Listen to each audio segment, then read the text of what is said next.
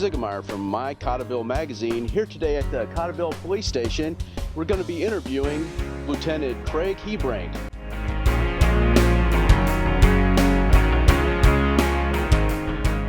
Lieutenant Hebrank, how long have you been a police officer? I've been a police officer 27 years. I've been in Cottleville the last 12 years, and prior to that I spent 15 years in St. Louis City.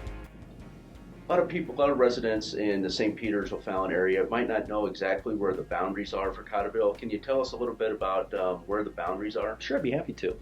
And a lot of times people refer to Cottleville as that the small bedroom community kind of merged or wedged between St. Peters and O'Fallon. Actually, we're 4.6 square miles. About right now, I'd say our population is about 6,000 residents and growing. The boundaries would be along mid-rivers. You might as well figure from mid-rivers to Highway K, but throughout there, along mid-rivers, where Calvary Church is, it goes all the way down, all the way south to Highway N and mid-rivers, right where Schnucks is and Raising Cane's. As far as westbound boundaries, it goes just before you reach Highway K, where the new buildings are with Lombardo Homes in Ashford Knoll, just west of Grace Church.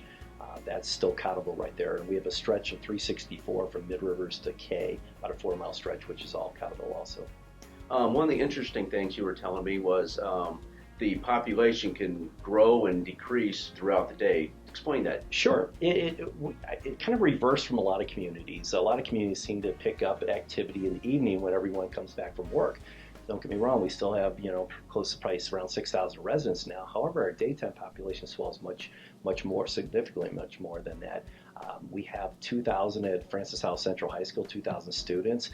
We've got about 900 at Sager Middle School, 1,000 students at St. Joseph Elementary School, and about 800 at Warren Elementary. And that's not counting another probably 250, 300 staff members.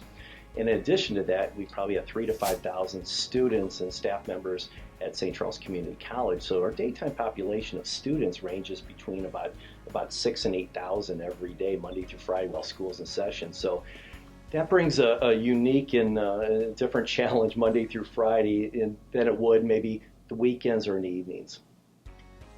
Tell us a little bit about the residents of Cottleville and the community in general. A fantastic community. I'll tell you what, from the bottom of my heart, I've been a police officer 27 years, and from day one, it's a community that is incredibly welcoming, very supportive of one another, but certainly of the police force. It doesn't take, unfortunately, a tragedy or something horrific to happen before we get, all walks of life, men, women, kids, different age groups, thanking us for what we do, thanking us for our service. But we also realize that it's a partnership. It's not, we're merely waiting for the residents to, we want to be proactive. We want to be in the community. We want to reach out. We want people to realize that when you do call 911, that we're going to be there. But we're also, prior to something happening, we want people to let us know what's important. And if something isn't right, then let us know. We're not that busy where we feel like, oh, it's an inconvenience, or no, let us be the judge of that. But the beauty of Cottleville, and to sum it up in a nutshell, it's a wonderful partnership. The community is just a lot of younger folks that transplants probably from North County and throughout the region, and they decided to call Cottleville home. And I'll tell you what, it makes our job much easier because they bring a lot of just things to our attention, and sometimes they're not even serious issues, but it makes our officers appreciate the fact that we're on the same page and that we're trying to be proactive and make sure that Cottleville stays, which we got the nice recognition last year and earlier this year that we're considered the second safest city in Missouri. And that's something that that we certainly hang our hat on, but we're not going to sit there and rest on that. We want to make sure we continue giving quality police work to police service to all of our residents. Second safest city in Missouri. It is. How many officers do you have to have on staff to maintain that? It's a good question. I wish we had more. I think everybody does. We try to, have at least 2 officers on, and sometimes that could be a challenge in itself. But that's what we obviously strive for. Now during the day, we're going to have more chiefs working during Monday through Friday during the day. I'm usually here Monday through Friday, certainly. During the daytime, but my hours also fluctuate. But we also have 2 school resource officers. And those resource officers on occasion, when the school's not in session or if there's something that really needs attention, one of the officers could be pulled out of the school and kind of help on the road, but that's a rarity. But we tend to think that we wear, as a smaller agency, a smaller department, we wear different hats and a multitude of hats. But I'll tell you what, I think, with the way we're designed, we try to be, efficient and effective, and we also have to do so in a safe manner. But as police officers, you can never have, in a perfect world, we'd love to have more manpower, but we just realize we make do with what we have right now, and it's been successful. Our officers do a wonderful job. They really do.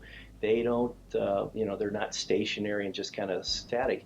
We make sure that they, that they touch base with the business owners and the community and the residents, and we encourage them to walk inside, introduce themselves, get the layout of that particular business.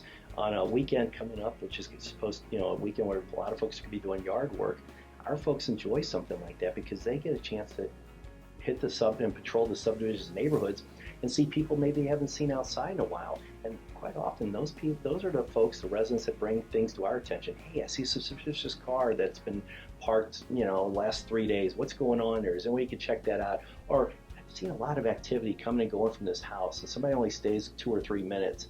Can you maybe look into it? We welcome those kind of, basically, discussions with folks. Cottleville has almost become famous over the last few years for their St. Patrick's Day celebration.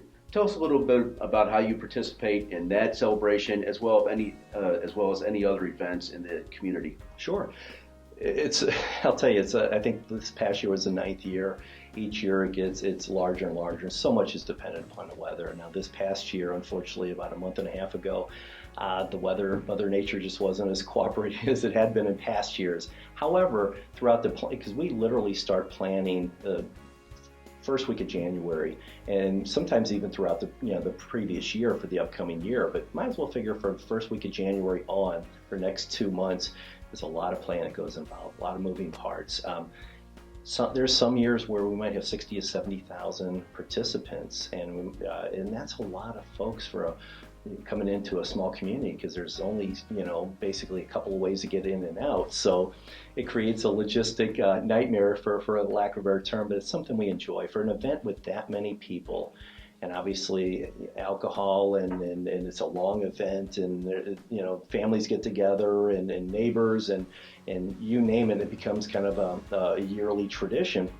We have so few issues. We try to make sure we obviously have more than enough staffing for police officers, and we, due to the size of our police department, we have to reach out with St. Charles Police Department, St. Charles City, St. Charles County, Lake St. Louis, O'Fallon, and St. Peters for assistance as far as additional officers.